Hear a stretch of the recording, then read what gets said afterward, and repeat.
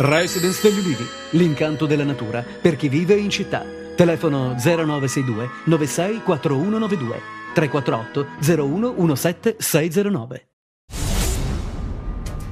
Incidente mortale ieri sulla strada statale 107 Silana-Crotonese nel comune di Caccuri. L'impatto, sulle cui cause sono in corso gli accertamenti, ha coinvolto 3 veicoli, una Fiat Palio, una Nissan Terrano, che si sono scontrate frontalmente all'ingresso della galleria Giacchetta e di riflesso anche un camion. A perdere la vita la 76enne Fortunata Iaquinta di San Giovanni in Fiore, ferito suo marito Giovanni, entrambi a bordo della Palio, ed il conducente della Nissan. I 2 feriti, di cui uno grave, sono stati trasportati all'ospedale San Giovanni di Dio di Crotone. Niente funerali pubblici per le 5 vittime della strage nella masseria di Filandari nel Vibonese. La decisione è stata presa per motivi di sicurezza dal Comitato Provinciale per l'Ordine e la Sicurezza Pubblica convocato dal prefetto di Vibo Luisa Latella. Quanto è accaduto, ha detto il prefetto, è un fatto troppo efferato e c'è il timore che possano esserci reazioni. Il Comitato ha anche deciso un potenziamento dei servizi di controllo. L'autopsia sui 5 corpi si dovrebbe concludere domani e quindi i funerali sono previsti per venerdì.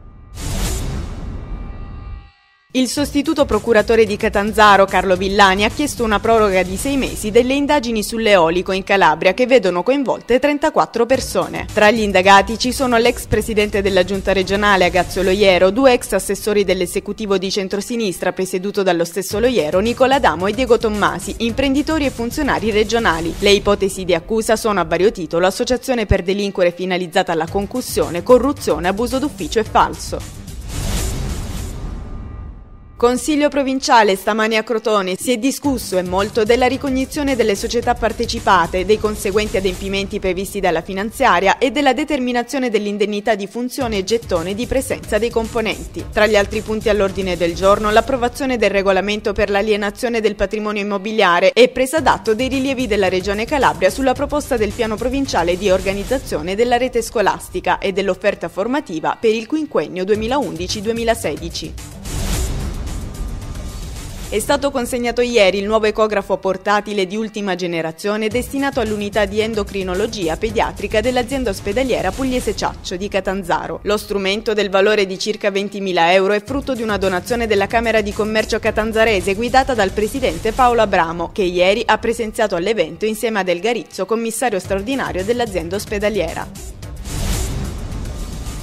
Si ripete anche nel 2011 l'atteso appuntamento con la Befana al Parco a Catanzaro. Nel giorno dell'Epifania l'associazione Ragi Onlus, in collaborazione con la provincia di Catanzaro, hanno organizzato un Epifani Dancehall a ritmo di musica hip hop e che ha deciso di riunire le principali forme artistiche dell'uomo: disegno, ballo ed espressione vocale. L'appuntamento è per il 6 gennaio prossimo dalle 10 nell'arena del Parco della Biodiversità. È finita 5-2, ma il risultato è quello che conta di meno nella partita della solidarietà che l'FC Crotone ha organizzato ieri per sostenere l'AISM provinciale diretta da Luciana Gaccione. A parteciparvi la rosa della squadra attuale a disposizione di mister Corini e una selezione di vecchie glorie che hanno militato nella compagine rossoblù nel corso degli anni. Unica nota stonata della serata, la presenza di pubblico, al di sotto delle previsioni della vigilia, visto anche il fine benefico della gara.